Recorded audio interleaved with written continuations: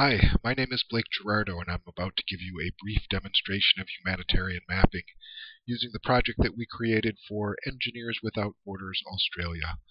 This is our tasking manager.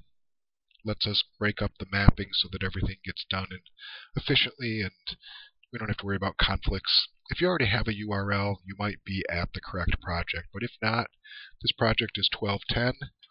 So I'm just going to put it in the search box, and this brings up, this is the project that's for us, Engineers Without Borders Australia. I'm going to go ahead and select it. You can see nobody has done any mapping. There's a little color code down here.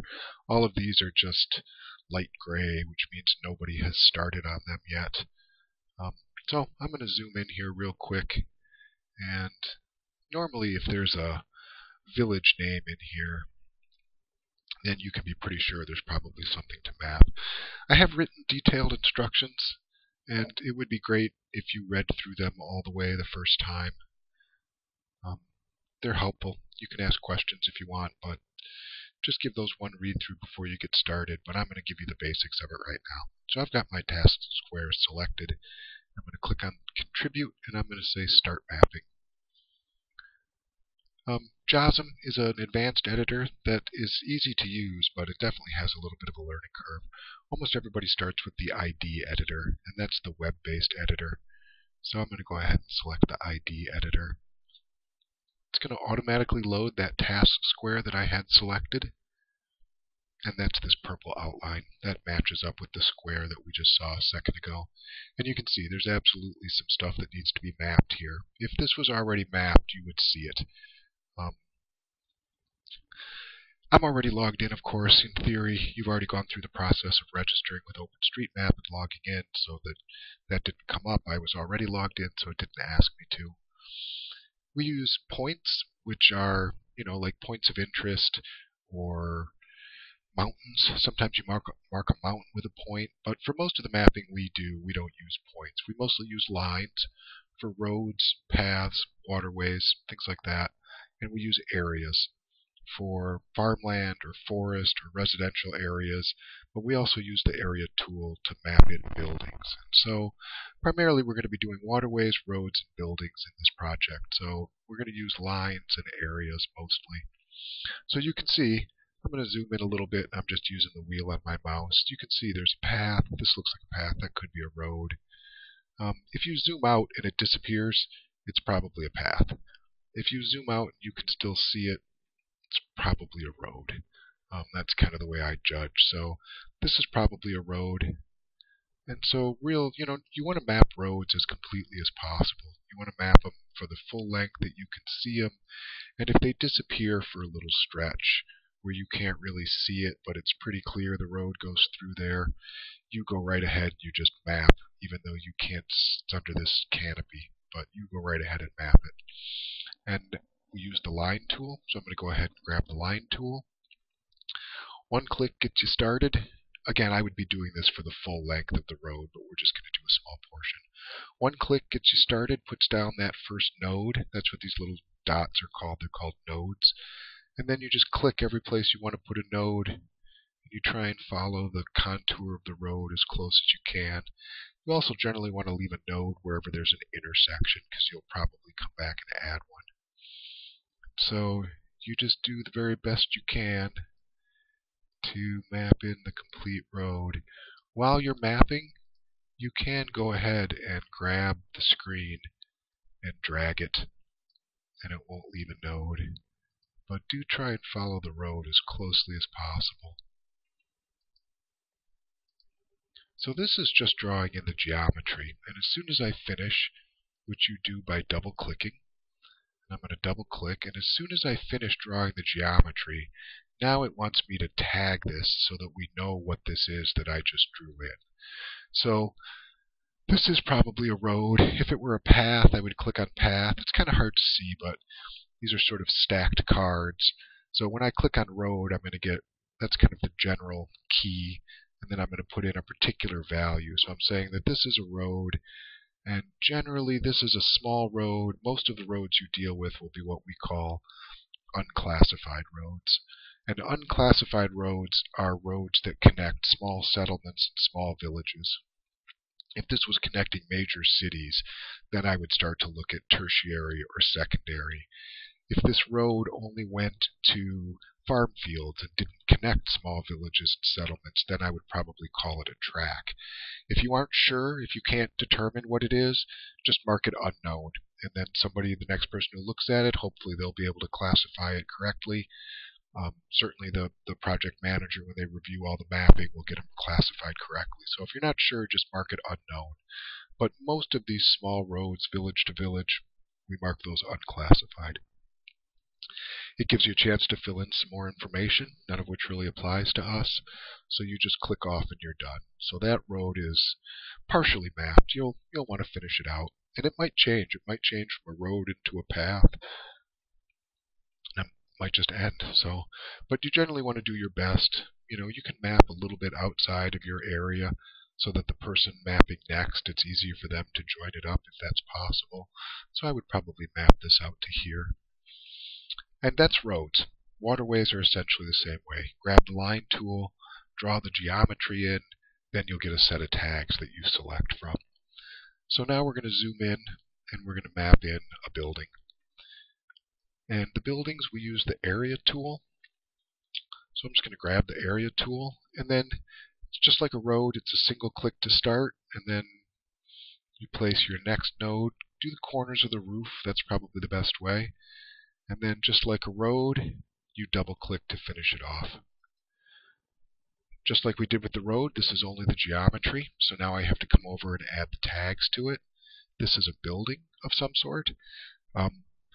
Unless you have personal knowledge, you can't really determine anything more specific than that this is a building. So I don't know if it's a house or residential or anything like that. So I just say building, which is the most generic tag we have. And then again, if you know more information about it, you can add it here, but generally you can't. Generally you can just say building equals yes, which is what we did when we did building. Now I click on this one more time, and it gives me this option to square the corners. And that's what I want to do. I generally want these things. Most of these buildings are square or rectangle. You also want to map the actual rectangle of the building. Just because a portion of it is covered by a tree, you don't care. We know the building goes under the tree, so we'll just map the whole building. So I grab my area tool, single click on a corner, single click on the next corner, click up in here. That's probably, see, I'm kind of going by here. It's probably ends right there, and then double click on that last corner. Now, the last thing I selected was the building. And notice this one doesn't have the stacked card effect. It's just a single building. And it will remember the last couple tags you've used, and it'll put them up at the top. So I'll just mark it as a building. I don't know any of this additional information. I single click on this and I say square, and that one's done. And I'm ready to do the next building. So I'm just going to do this one as long as these three are nice and close together. This is a building. Click again. Square it. Okay, those three buildings are done. Obviously, the purpose, I'm supposed to map every building in here. And I would do that. Boy, I don't, it's interesting. It's hard to tell what's going on with that one. Wow, yeah, that is interesting. I have no idea. But there's certainly a building there to map. This is a building to map. I don't know why it looks like it's half destroyed, but I would probably map the full footprint of the building and assume that, I don't know what that is, but that's how I would map it. Then you want to map the rest of these buildings. You would also, if you find any more paths or roads, you would probably map those paths or roads. Same thing with waterways. And then when you're all done, actually not when you're all done, as you go along, you can see this tells me that I have 4 edits. And that's my road and my 3 buildings. So I'm going to go ahead and click on save. And this is going to write it right up into the live database. So every 4 or 5 edits, every 4 or 5 buildings, a couple of roads, you should go ahead and save. It automatically is putting in the change set comment. If I were doing this on my own, I could add additional comments. I could whatever seemed relevant, whatever you wanted to share with people about why you mapped this. If you also were including information like you knew one of these buildings was a hospital, you might put, personal experience or survey to indicate that you knew that this was a hospital when you labeled it as one. But for the most part, the default change set comments work. So it tells you what you did. Created 3 buildings in an unclassified road, and you just click on Save. It uploads it to the live database. The only other thing that I want to show you is I'm going to come in here and I'm going to map these 2 buildings. Let's just do a couple things here. I'm going to map this building using my area tool, just doing my corners, double click to finish. This is a building. You notice I'm being real careful. So if I were doing this next building, I would be real careful not to let these things touch. So I would just come and do that building. It's building. I'd square my corners. Did I square these corners? Square? No, I didn't square those corners. Always square the corners if it's a rectangular or square building. So everything's good. I'm going to do one more here.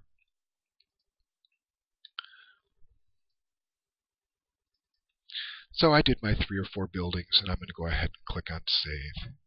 Now, I purposely skipped a step. I did not label this one. I have not given this one. See how these are reddish orange and this one's just white? That's because this one has no tags on it. These have tags. This is a building equals yes. This is a building equals yes. And that's what it got when I clicked on the building tag when I first did it. But this one doesn't have those tags. So this one's not properly mapped. But I'm still going to go ahead and hit Save. And you can see it gives me a warning and it tells me that I have an untagged area because that's the tool we use to map buildings. So if I click on this, it will highlight the thing that is untagged and it will give me my tagging options. So I'm just going to give it the building. I don't know anything else. I'm going to click on it, make sure it's square.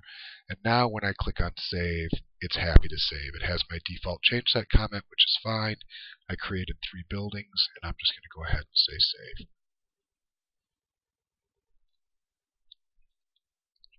And that's it. That's the basics of humanitarian mapping. Roads, buildings, waterways, bridges, dams, fords, other things like that. It's all in the instructions for this project. If you have any questions, we have an email list. We have an email address you can just shoot a question to. We also have a live IRC channel. Thank you very much for mapping. We're really glad you're here and doing it. Thank you very much for your time. Bye-bye.